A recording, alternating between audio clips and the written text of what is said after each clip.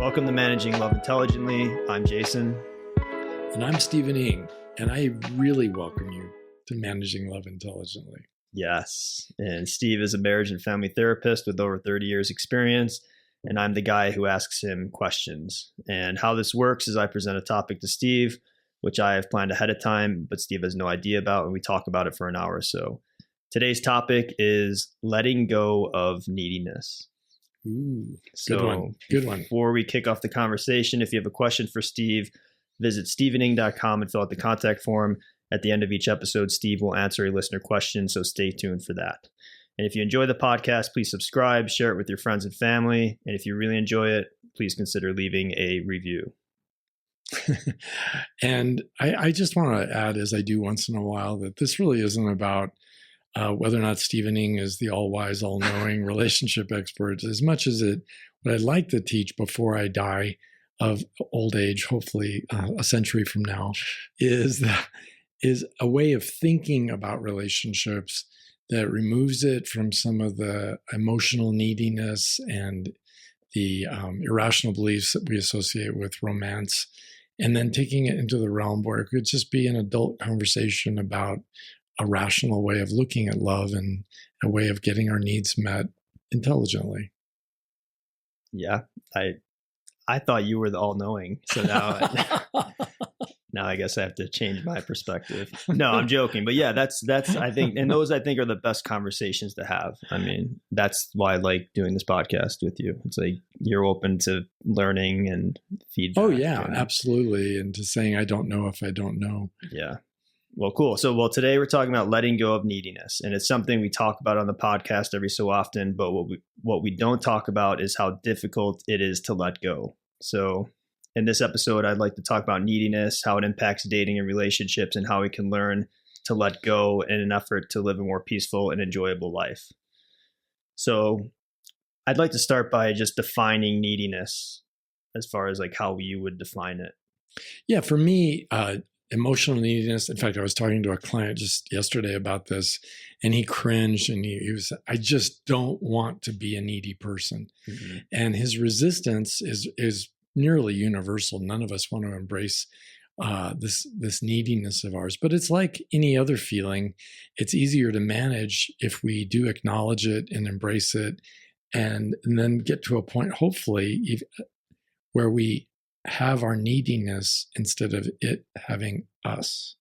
Mm-hmm. And so the first step is simply acknowledging it. And there is a very human universality to this, that we all have needs. Sometimes we get physically hungry for food. We are fatigued and need rest.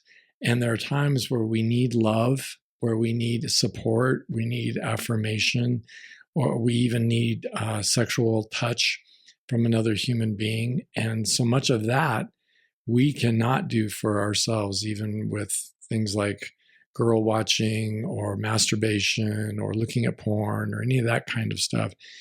We really are interdependent as a species, in particular a social species. Or what Edward O. Wilson, the recently deceased but eminent scientist, said was our status as a eusocial species, one of a very small group of species that are highly specialized as individuals and who are really strongly interconnected and really truly dependent on each other. So we have this neediness, and that neediness is kind of broad spectrum. When we say emotional neediness, a little more specific, we could talk about relationship neediness or emotional neediness, but there's nothing wrong at all with being a needy human being. Generally, however, when we talk about his neediness or, gosh, he's just so darn needy, what we mean is an excess or a pathological level of neediness, to where rather than the person having some neediness or some needs that are unmet, that their neediness has gotten out ahead of them. And like a bull with a ring through his nose, the neediness is now dragging me through life and essentially making a fool of me. That's the part we don't like, is where I'm so needy and so desperate in my neediness that everybody around me can see how needy I am, even if I try to be, putting on my best Mr. Spock face and act like a stoic on the outside. Most of us can see through that thin veneer of fakery pretty easily to see just how desperately needy a person is. So the only way to get through my neediness, well, now I'm getting ahead of your question. Yeah. That's what I mean by neediness. Okay, so let me just start. So acknowledging it. So huge step. And most people, do you even think they even know what their needs are? Do you even think that people even think like it? Because it's like sometimes this stuff, we don't teach it like we talk about in class, in school, or anything like that. So even the basic thing, like writing a list of what are your needs, oh my gosh. So I made a face when you said that question. Do most of us even know what our needs are? And the answer is, of course not, because how could we? No one really talks about our needs in terms of relationships, particularly romance.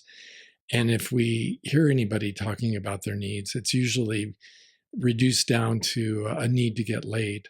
But actually, our needs are far more pervasive and broader than merely a need to have an orgasm.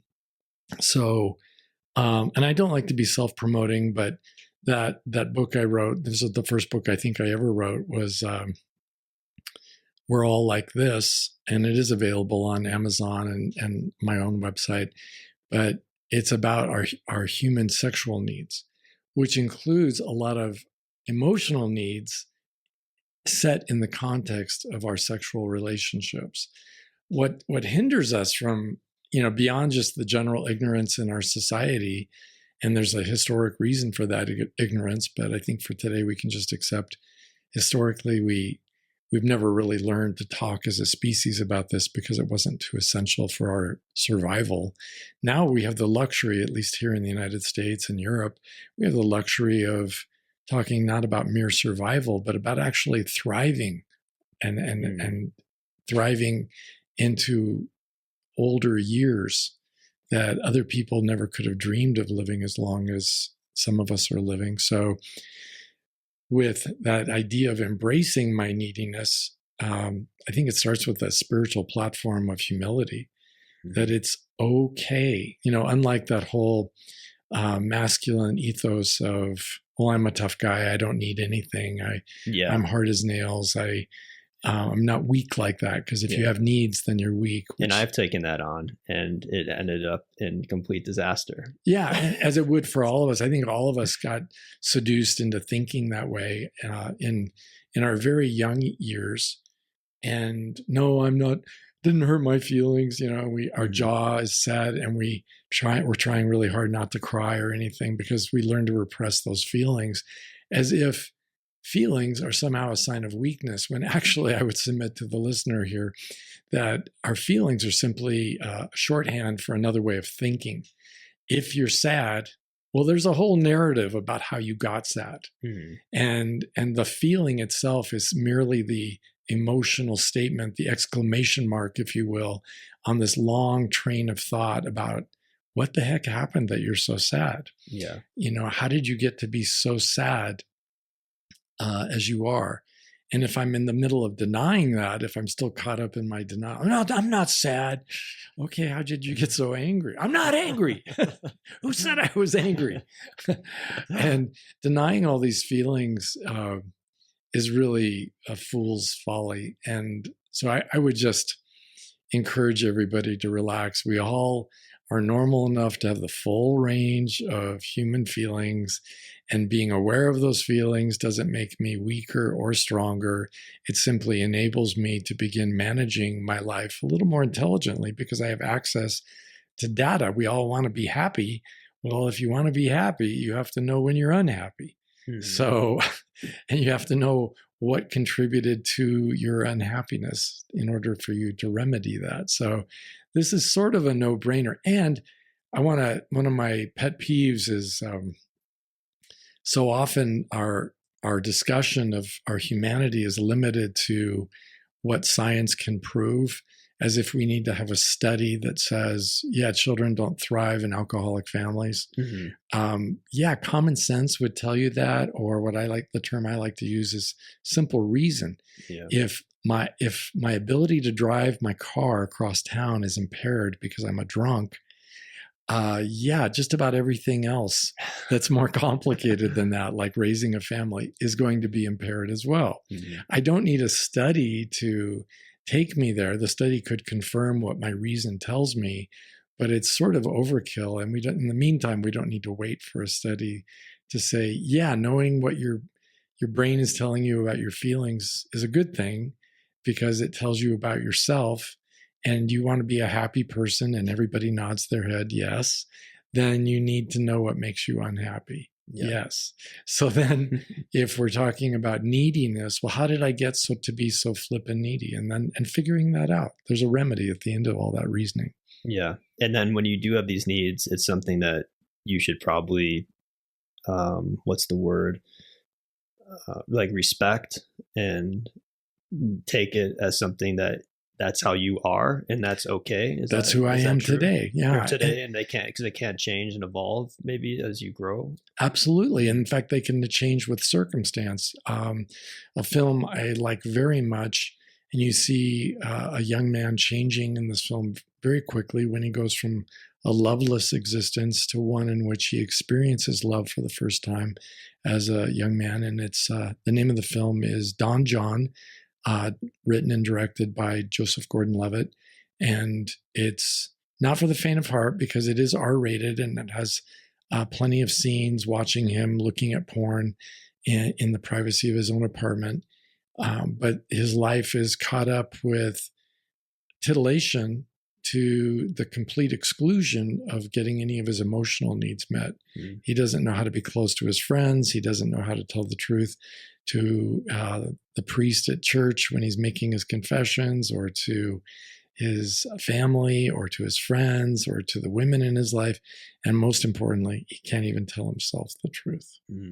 So he is not needy in the normal human sense of the word, as in just merely being lonely. He is beyond needy. He is so needy that he is grossly impaired and acting like an idiot when the movie is open. But he's so uptight about being a strong, tough guy that he can't acknowledge any of that. And, being brittle is not the same thing as being strong. Being rigid is not the same thing as being strong enough to be flexible and open-minded. And he gets there, but it's really because he starts getting some of his needs met. Yeah. And he starts being able to talk about those needs in a way that's more articulate. And I guarantee you watch this movie, I guarantee you're going to understand this topic a whole lot better. And if you don't agree, I'll give you your money back. So you acknowledge your needs, you become aware of them. And then you said, I like what you said, how, say, you go through maybe a specific time where your needs aren't being met. And if those needs aren't being met, they could get away from you. And then that's what leads, like what exactly then leads to the neediness where people are like, wow, that guy is really needy. And, or they're kind of dictating you in a way where you're kind of unconsciously being pulled and dragged around by these needs that you're trying to get met, but you're, pulled and dragged and driven by your own neediness. And that largely is a result, again, of you're simply not aware of yourself. And being aware really restores a level of control to a human being because, I know what's going on. It's been a long time since I've been hugged, for example, or it's been a long time since anybody really loved me in that way. A man loves a woman or a woman loves a man. And to be able to acknowledge that verbally with, hopefully everybody listening to this has close friends, but if you don't have close friends, focusing on developing friends you can talk to is a big step toward reducing your neediness, because friends can be very supportive, very loving. And if they're not, then they're not friends. But then it's also then embracing that as well for yourself. You're embracing it in your conversation with your friends, but you're also embracing it intellectually, just getting more and more comfortable with being needy. It's a little bit like, in a thought experiment, imagining yourself, you haven't eaten all day and you're invited out to eat, and the waiter is taking some time in serving the food, or even taking your order, and you find yourself getting more and more irritable. Yeah. Because you're freaking starving. And like a big baby who has not gotten his bottle in time and he's now crying, you're repressing that crying, but you're still feeling the feelings the baby is feeling, the mild feelings of panic. Like, where's the food around here? Were they ever going to take our order? Should we just go to McDonald's? What the hell's going on? And the more I talk about these things, as humans, when we are free to talk, then we're free to process our trauma, and our trauma has less control over us.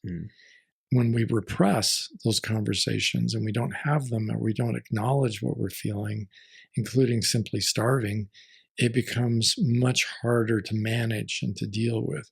So it's somewhat, I don't know, surprising, I think, to a lot of people to think one of the first big steps in being successful in romantic relationships is simply having non-romantic relationships called friendships. And I don't mean friendships with sexually desirable, attractive people. I mean friendships within a platonic context. We've talked about that before on this podcast. Having friends who are really like brothers to me if I'm a man, or for women, sisters to her, like, who would really care about her and be able to accept her just as she is without necessarily needing to fix her, or perhaps making a suggestion or two, but just a safe place for me to be needy. That's what I think we all need, something like that. Yeah.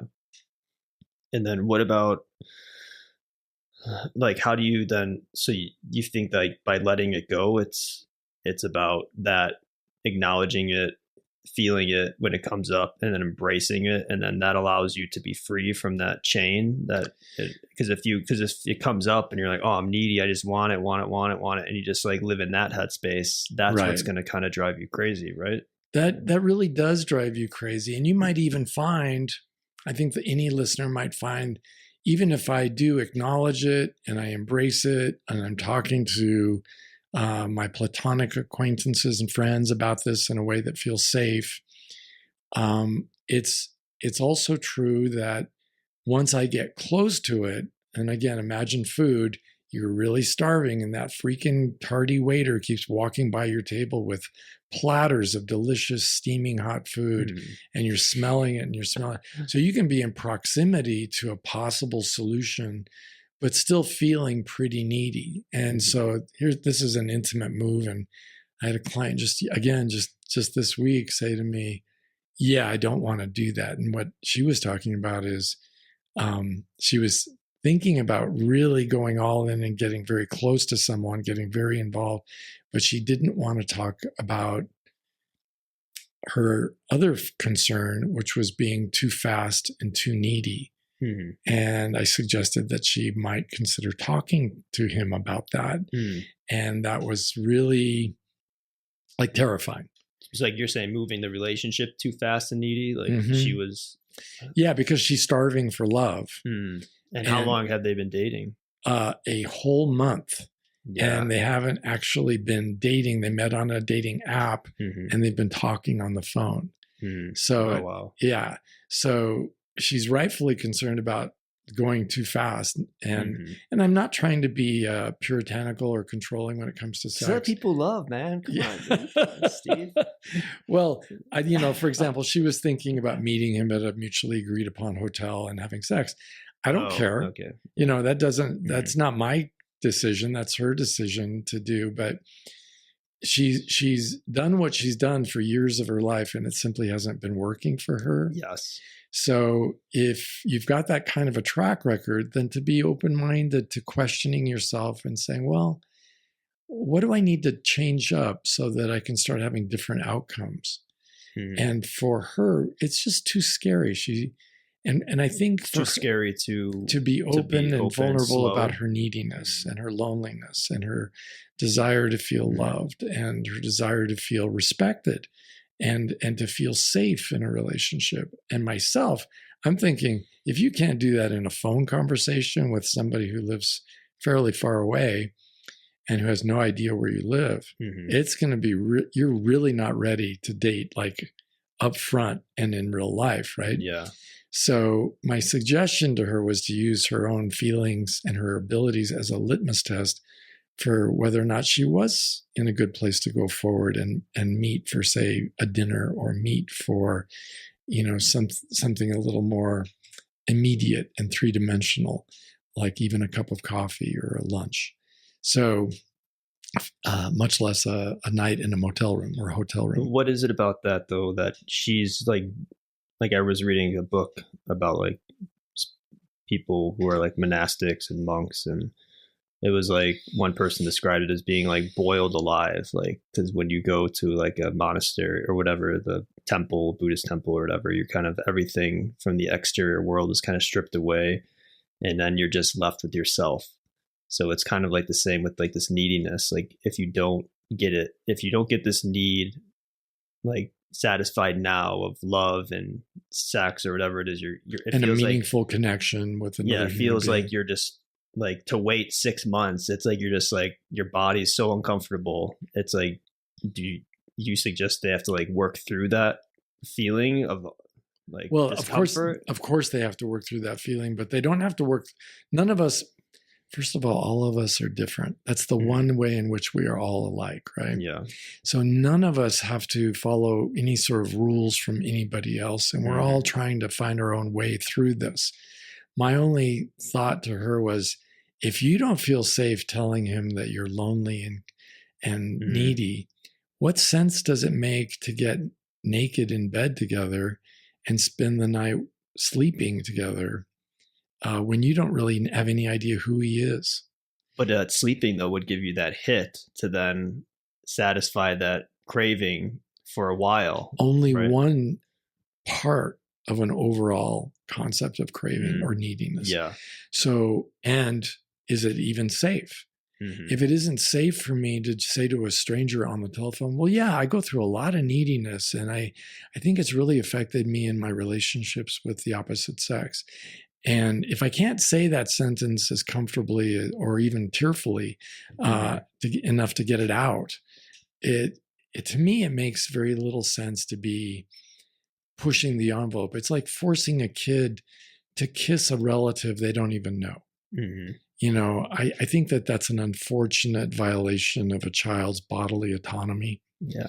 And I think it's supposed to come with a more natural sort of autonomous and carefree sort of desire. I want to hug my uncle, or I want to hug my aunt, and I want to give them a kiss on the cheek or whatever it is. And so for a lot of people, I think they get it all backwards, and you have the tail wagging the dog. And let's face it, we all have been guilty of using physical affection as a substitute for that meaningful emotional connection with another human being. Yeah. It feels so much like love when an attractive person is holding us, kissing us, or making love to us. It feels like love, but can it be if they don't even know who we are? Of course not. Yeah. It can be wonderful, and I'm not denying the wonderful physical side of it, but it's somewhat self-deceiving to think, oh, and this is love. I'm getting my needs met. No, you're taking the edge off of some of the neediness.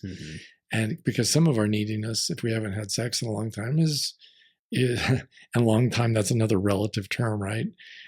What's a long time for some people would be a death sentence for me. But for some people, that's going to be a week. For some people, a month. For some people, it'll be years long since another person touched them in a romantic way. And we all have our different levels of emotional reactivity in those situations. So each of us has to figure out who we are. And frankly, how can I honorably and successfully get my needs met? That's a real challenge. Yeah. Because it's a little ballet that I have to do with another human being. It's like a a 3-legged race at the county fair is a lot different from just running a race as an individual. Yeah. So I have to coordinate this with somebody else. And what if I don't even know them? Or I've known them for a whole month and we've dated 4 times.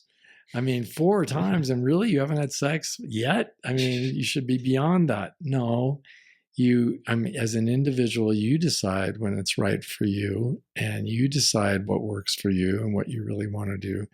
And the answer you come up with today, frankly, may not be the answer 6 months later when you're getting to know yourself a little bit better. Yeah.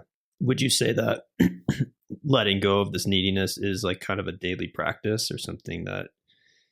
Well, if by letting go we mean not repressing, but feeling it, acknowledging the feelings within myself, and somewhat regularly talking to my friends. It doesn't have to be every time I see my friends, but certainly when the subject comes up, or that over time my friends know, yeah, he is a really lonely guy, and it's been a long time since he's found a significant other with whom he could meaningfully communicate. So I think that's kind of got to be the backdrop. And then that will allow me to escape that rather ridiculous comedic performance where I'm so needy that I'm like a dog staring up at somebody with a handful of cheese cubes, just, whining and moving around because I can't contain my neediness. And I think women make jokes about men who are like that, and men in a similar way. If a man has friends, he'll talk about a woman that way. But to get to a point where we can be beyond that and recognize, yeah, it's just part of the human condition, and to talk about it. Yeah. But if somebody is so uptight that they can't even and I see it in men as well as women, that they can't even acknowledge the neediness that they have, that's not a real attractive part of a romance. Yeah. No, I'm not needy at all. I can walk away from whatever, and it's like, okay, basically they're not letting me in on their life. They're not letting me know who they are. Yeah. Because we all have some level of neediness. The minute you get up from the dinner table, the meter starts ticking down to the next time you need a meal.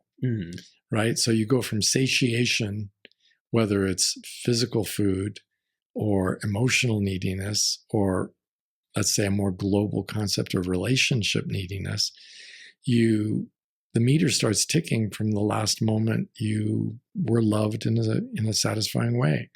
And once that stops, we feel it.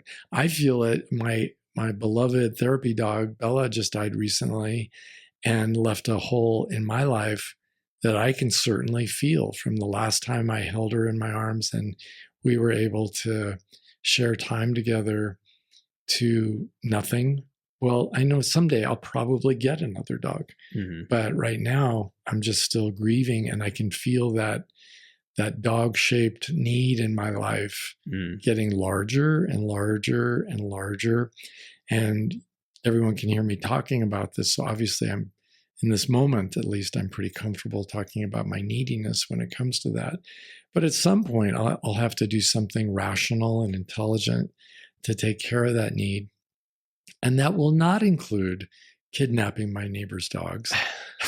that will not include just adopting the first dog that I see. That will not include any of the other parallels that we might see in romance, between two people.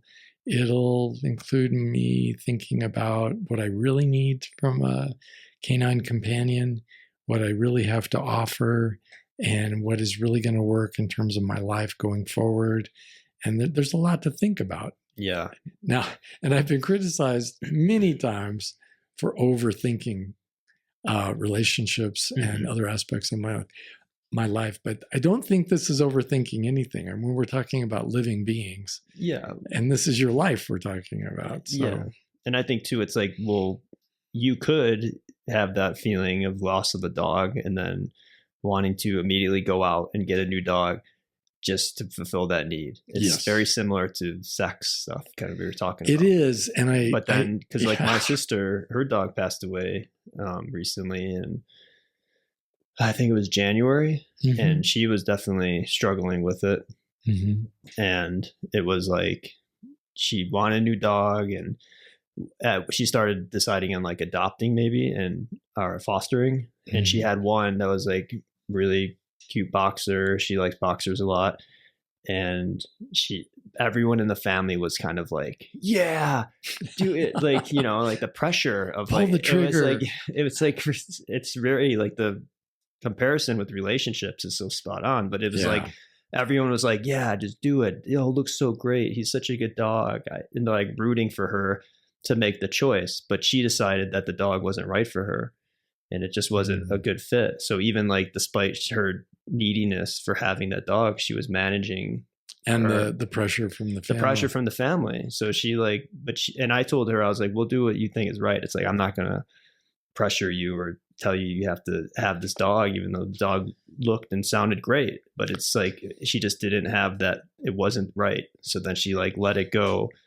And that was just kind of, and then the family's like, oh, you know, that's so sad. That's so sad. And I'm like, no, it's not. I was like, she made a choice and she didn't rush into it. And now she eventually did adopt the dog, but she waited and she felt with that what was right. So I know you probably mean what I mean when I say this. I don't usually speak in terms of right and wrong, because there really isn't a moral issue here. It's more of a what's right for you.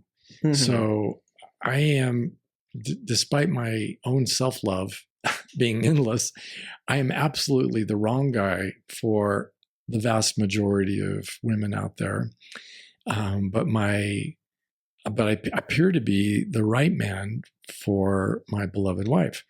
And when I think about that in terms of the canine comparison, you know, there can be amazing dogs out there. And I think most dogs are amazing, frankly, from the little ones to the big ones. And I can love them all. And it's very similar to me when I think about women. I really love the female side of our species. I think women are great.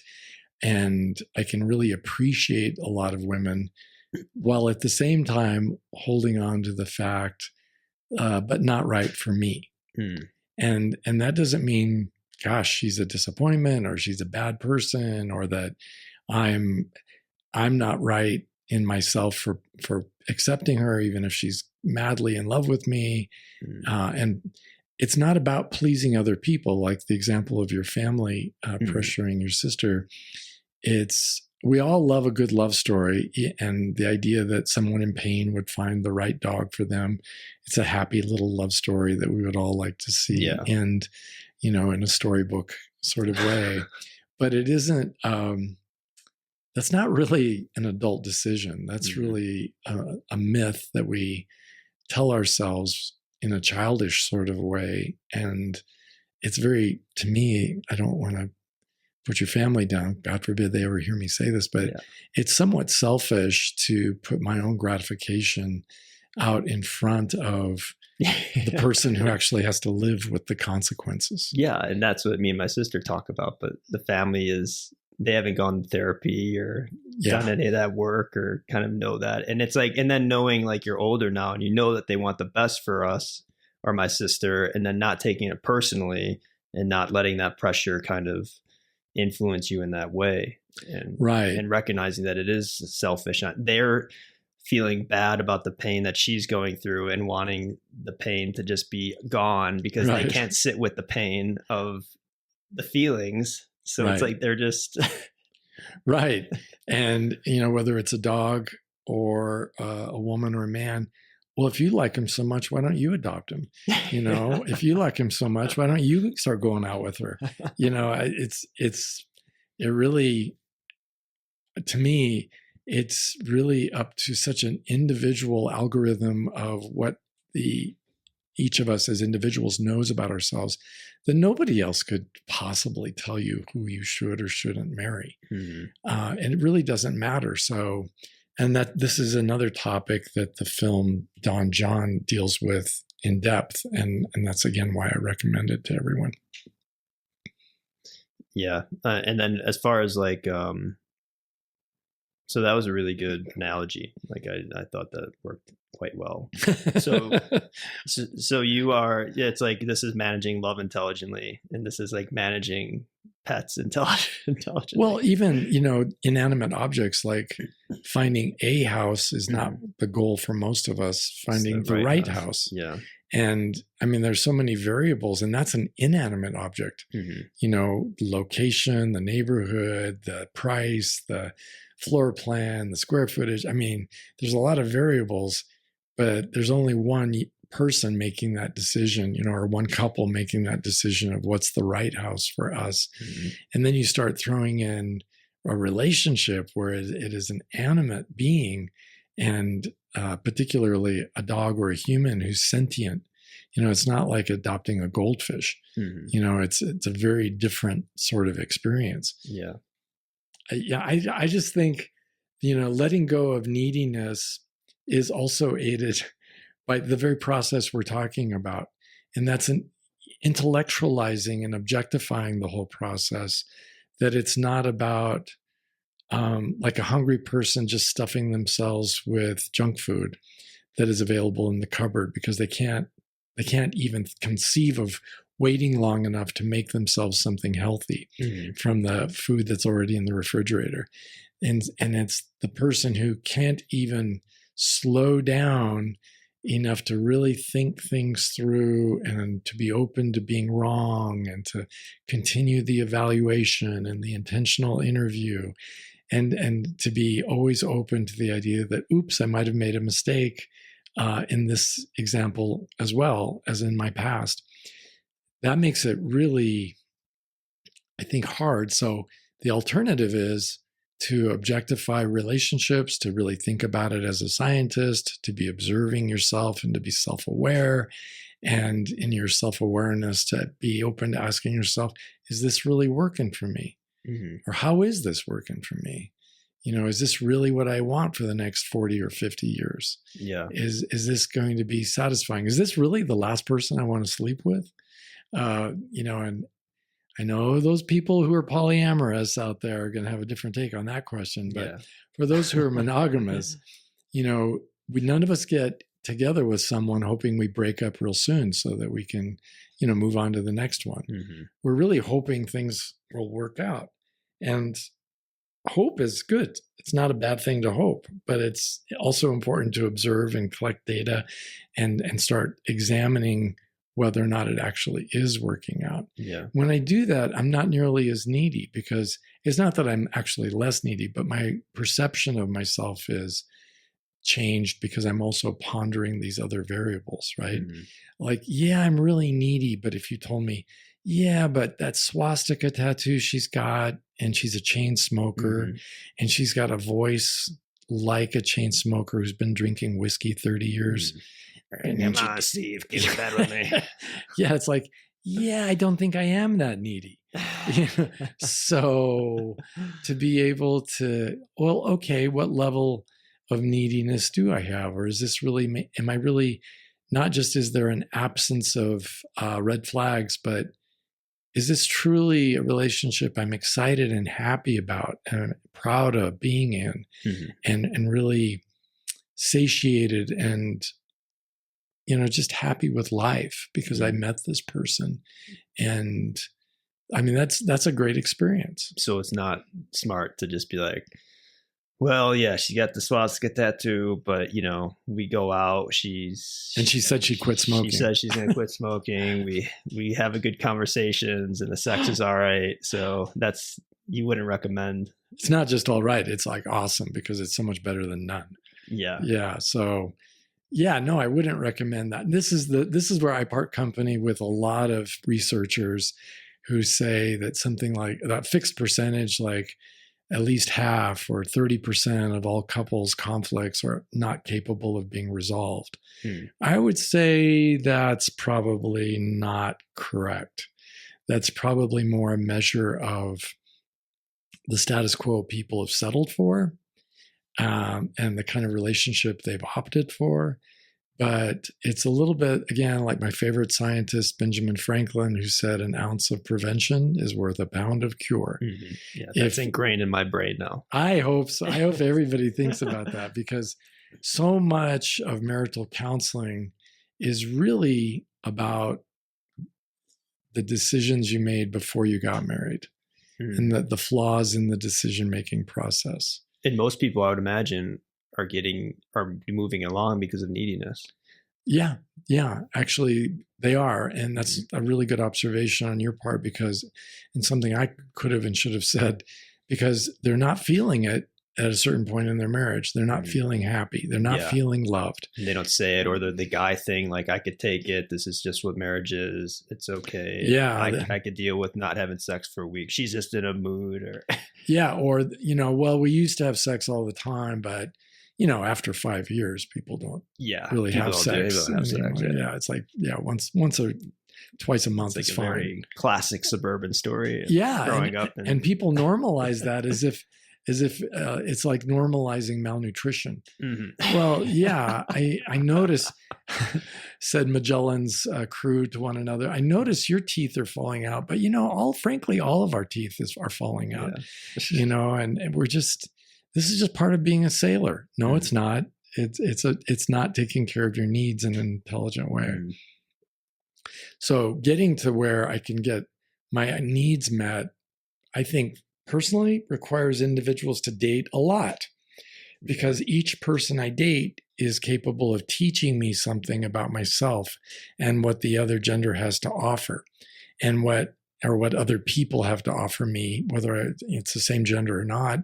And if I'm not getting my needs met, to put that away in your brain as a Post-it note on a shelf, that, I guess I do need this much, let's say, affection, or mm-hmm. this much order in the home for me to feel comfortable.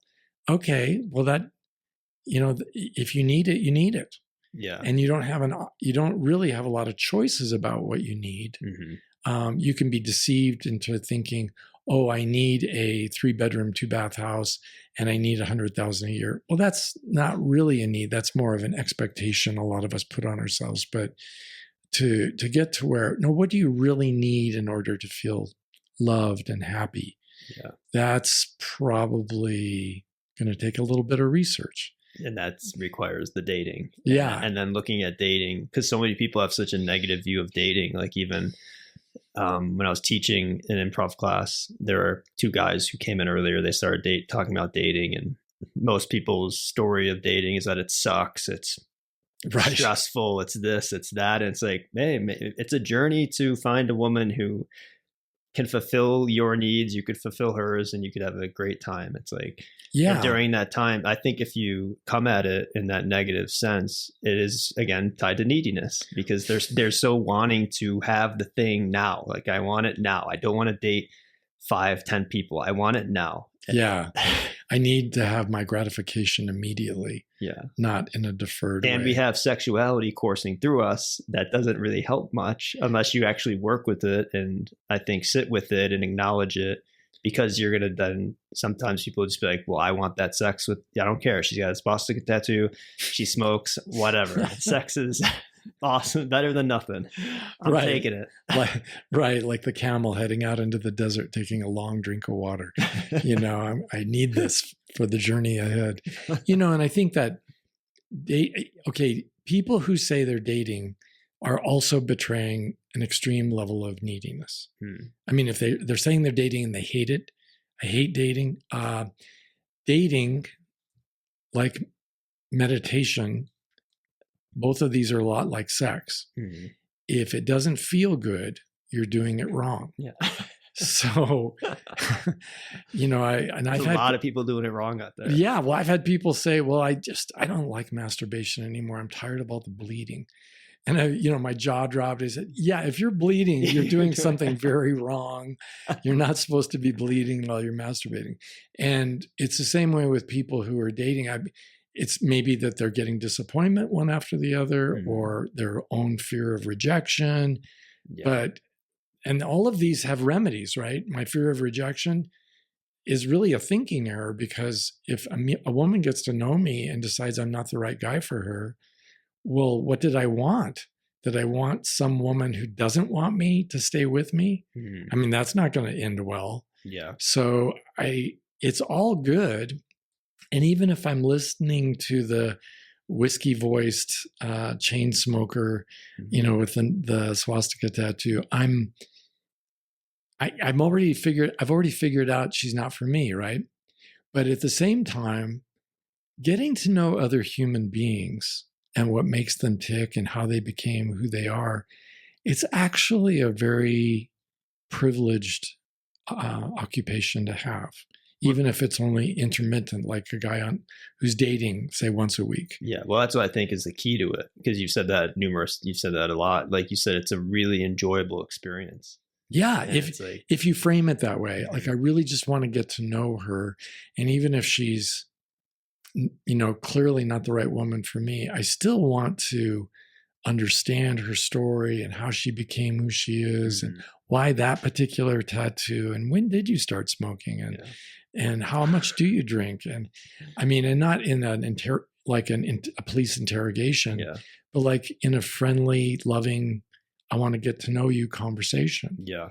Where I'm answering questions. Well, why don't you smoke? How come you don't drink the way I do? And don't you have any tattoos? I want to answer those questions with her too, because I think it could be enjoyable, even if the two of us decide we're not right for each other. But to have a loving exchange, I think is still very possible. So with the people who hate dating in that situation, I think it's like, no, I already figured out they're not right for me and I need to get the hell out of here. Yeah. And some people just actually get up, stand up, pay the bill, throw down a $20 bill or something and then walk away. And it's like, that did not feel good. Yeah. And they're doing themselves a disservice by not, it's like spend an hour with the person just to have a conversation. It's like, it's not going to kill you. And like you said, we talked about, it gives you intel and information to learn about the other person and yourself. Yeah. And the woman you're dating may very well have a sister who is the 180 degrees opposite of her. You may be dating the black sheep of the family when really you don't want to be dating that one, or vice versa. You may be dating the goody two shoes when really you're a little more interested in the girl with the tattoo. Yeah.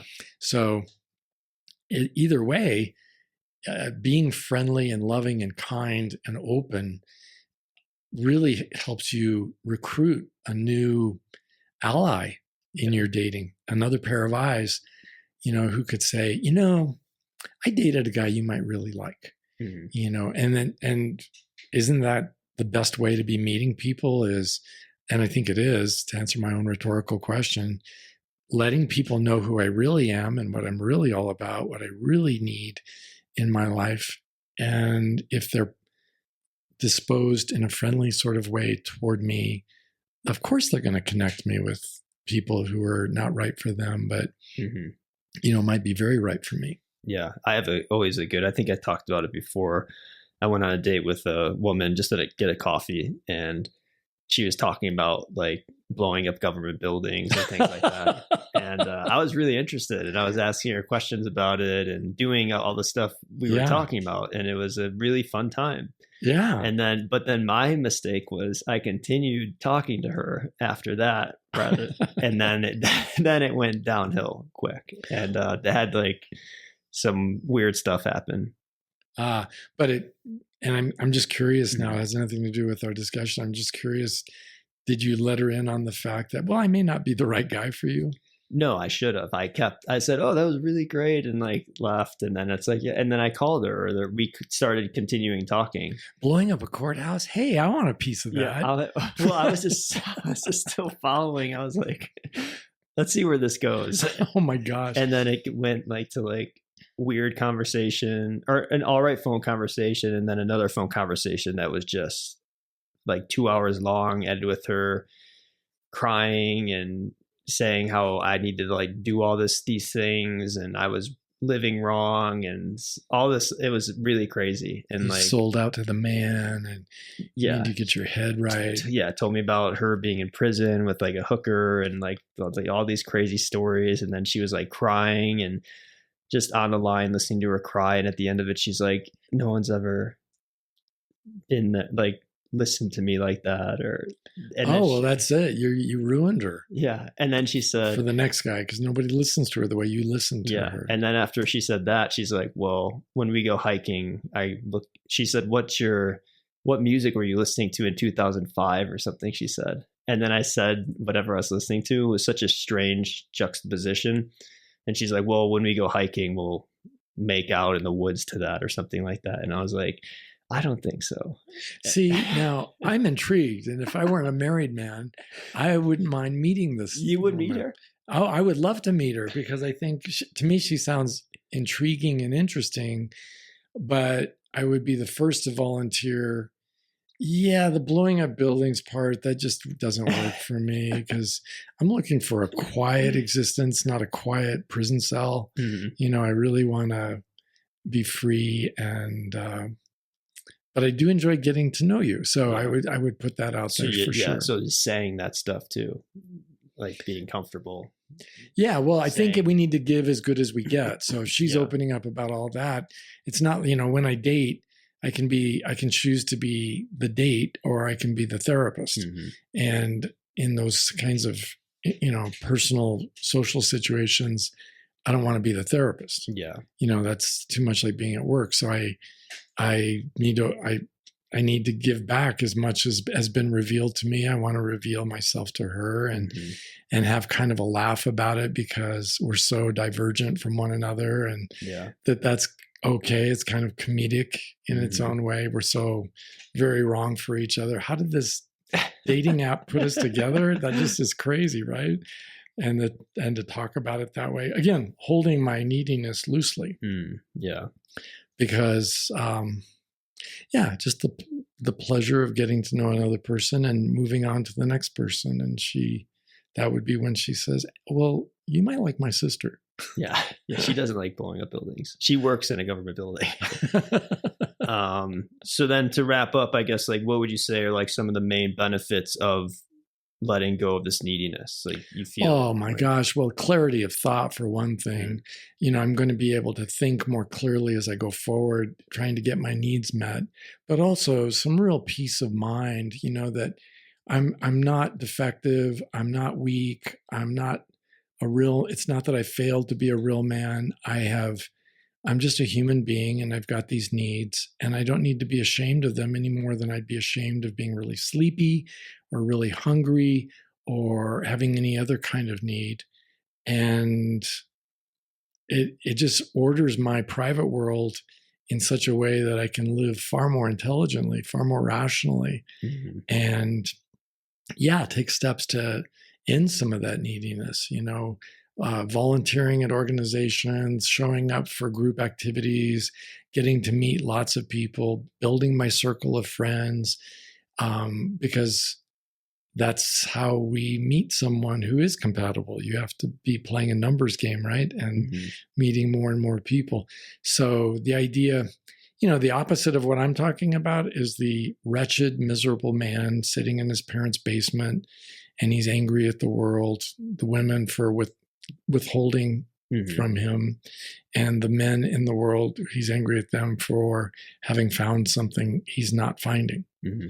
And I feel sorry for the guy, but in my sympathy and my pity, I don't want to become him. Yeah. And that's really what lies ahead for so many of us who reject the idea that we could be needy.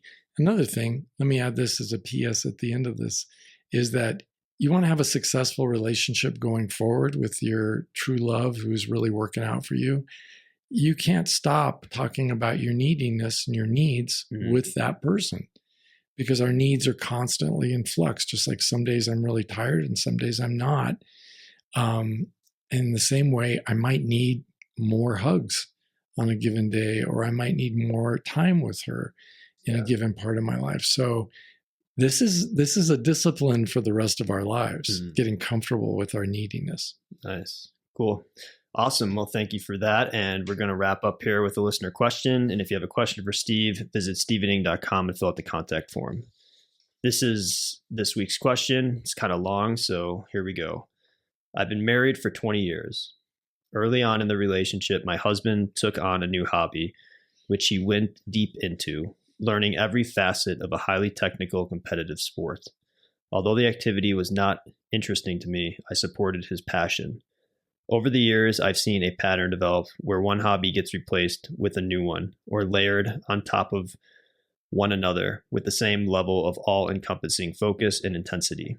These activities have a mental takeover, which requires learning a new skill, deep problem solving, and mastering new challenges. I can't have calm in my home life, as all of this is always on his mind.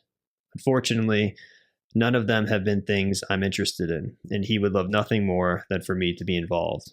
How do I still give him freedom and also get my needs met so that I don't feel so isolated and lonely? Yeah, so that is the problem right there. The problem is not the hobbies. It's not his passion for these different activities. I'm something of a dilettante myself. I find so many wonderful things on this blue-green planet of ours so fascinating and so intriguing that I too, like a butterfly, could go from subject to subject. The problem is, though, there's no intimacy in their life. Mm-hmm. She's not getting her emotional needs satisfied. So, frankly, people accuse me of just having one answer all the time. Well, break up, and I don't think leaving him is the answer, but I do think it may be a necessity if, upon being confronted with the reality of what has been your life for 20 years, for him, if he doesn't respect the fact that you're a human being with needs of your own that are not getting met, and if there can't be some sort of an accommodation that would probably have to include counseling, because he may be avoiding a truly emotional, meaningful connection with the writer of the question. He may be avoiding that simply because he doesn't know how, and that's something therapy could really help him with. But he may be avoiding it because intimacy is so very traumatizing for him for some reasons from his past. So, and in that case, the letter writer or the question writer has to answer the question for herself. How long would you be willing to wait while he engages in self-repair? Once he's willing to do that, and if he shows no sign of willingness, well, for me, it's time to pull the ripcord and get the hell out of there. Yeah. Because however old you are and however many years you've invested in a given relationship, if it's never going to be satisfying, okay, that never is too long. Yeah. So I think that's, at the end of the day, all of us have to remember that getting into a committed relationship is an elective procedure. We do it like getting people who get nose jobs. You don't get a nose job with the idea that, oh, I might never be able to eat again, or I'll never be able to breathe through this perfect nose on my face, or I'll never be, happy. I could die on the operating table. No, it's not supposed to be that dire. There may be complications, but it's not supposed to be, nose job or death. Yeah. So for marriage, or for any relationship short of legal marriage, but it's still a marriage, I think the presumption is we're going to be happy. We're going to be feeling content. Life together with one another is going to be pleasant, not chronically lonely and miserable. If I wanted that, I could do that all by myself. So remembering marriage's implied warranty that it'll be the end of loneliness, and realizing it's an elective procedure, you can elect out as well. And I do encourage people to remember that and wrap their brains around that, because we all can be so very passive and so full of inertia that we allow another 5 years to slip by when we could have gotten out once we realized what's going on. Once I heard that really incredible podcast and that guy was talking about all this. Yeah. Well, that's what I think too. It's important.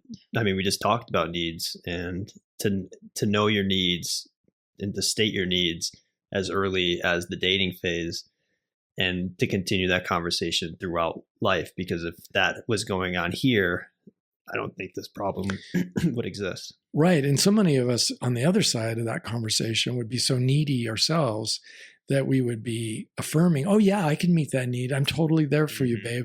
But reality is, no, not so much. Yeah. As one hobby after another, or one craft fair after another piles up, or one family visit after another piles up to where we're never together. We're never really connecting in a meaningful way.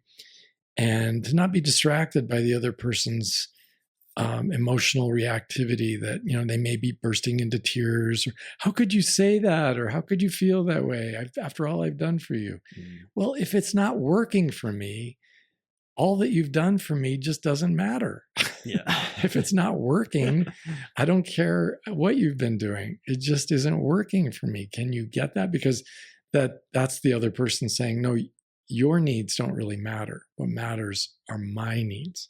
So this is tough, and people who aren't ready to admit mistakes and to get a divorce and move on should never get married in the first place. All right. Well, there you have it. And thank you for that. Thank you for the question. And thank you all for listening. Thank you, Steve. And we will catch you all on the next episode. See you later. Bye now.